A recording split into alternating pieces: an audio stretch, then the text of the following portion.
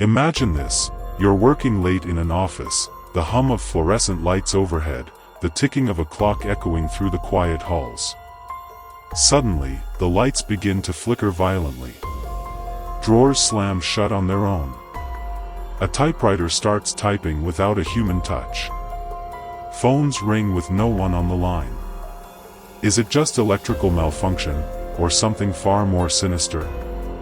Welcome to The Grim Tapes, where we dive deep into the most disturbing and mysterious stories from around the world.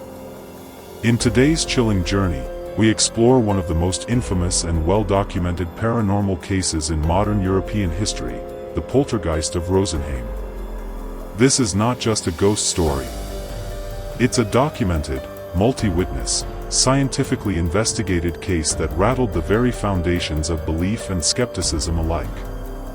Set in a small law office in Rosenheim, Germany during the late 1960s, this case drew in physicists, psychologists, journalists, and skeptics, none of whom could offer a concrete explanation.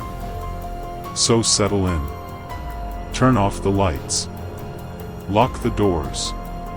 Because what you're about to hear might just change the way you look at the world around you. Background: the calm before the storm. The setting is Rosenheim, a quiet Bavarian town nestled in southern Germany. In 1967, the tranquil rhythm of daily life was disrupted by a series of unexplained phenomena occurring at the law office of Sigmund Adam. The events began subtly: lights flickering, small electrical issues, a general sense of unease. But these were quickly brushed off. After all, every old building has its quirks, right? But these quirks didn't go away. In fact, they got worse. Lights would blow out in rapid succession.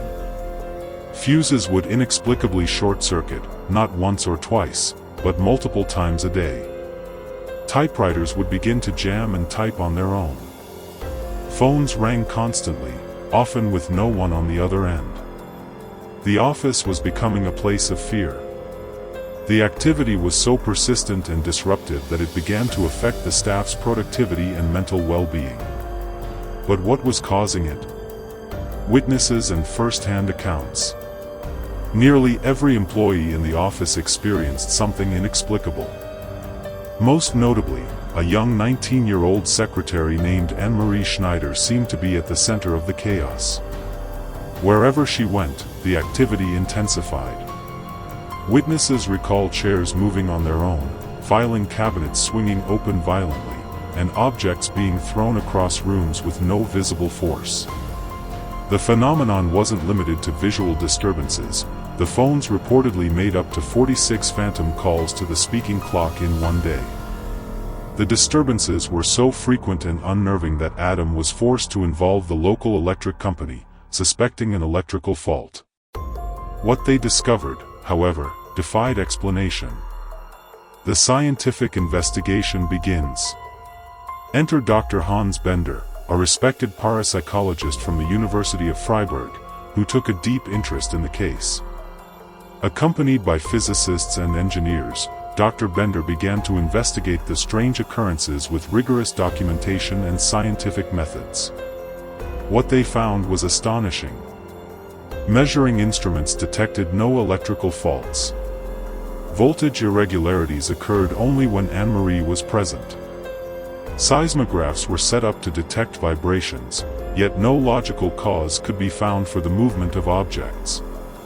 In one experiment, they observed a light fixture swinging wildly, as if pushed by an invisible hand, despite there being no airflow or seismic activity. These were not just hallucinations or exaggerations. They were measurable, observable events. Media attention and public skepticism. News of the bizarre events quickly spread beyond Rosenheim. Journalists flocked to the law office, capturing photographs and conducting interviews. Headlines screamed of ghosts and poltergeists. Skeptics and believers alike were captivated. While some accused the office staff, especially Anne-Marie, of orchestrating an elaborate hoax, no evidence was ever found to support this. Anne-Marie was extensively interviewed and even observed under controlled conditions. The activity persisted. The case received national and international attention. The German tabloid Bild ran extensive stories, and the case even appeared in scientific journals and academic discussions. Poltergeist or psychokinesis? So what was really happening in Rosenheim? Was it truly a poltergeist, an unseen, malevolent spirit? Or could it be something else entirely? Dr. Bender leaned toward the theory of recurrent spontaneous psychokinesis, RSPK, a phenomenon where the subconscious mind produces physical effects through unknown means, often triggered by emotional stress. Anne-Marie, he speculated, could be the unwitting source of these disturbances. Skeptics remained unconvinced, demanding physical proof. But even they couldn't explain the phone anomalies, the electrical damage, or the countless first-hand accounts by reputable witnesses. The aftermath: where is Anne-Marie now? Eventually, the disturbances faded, coinciding with Anne-Marie's departure from the office. She later left her job, and the phenomena ceased altogether. To this day, the Rosenheim poltergeist remains one of the best documented cases in paranormal history. Anne-Marie Schneider disappeared from public view, and her current whereabouts remain unknown.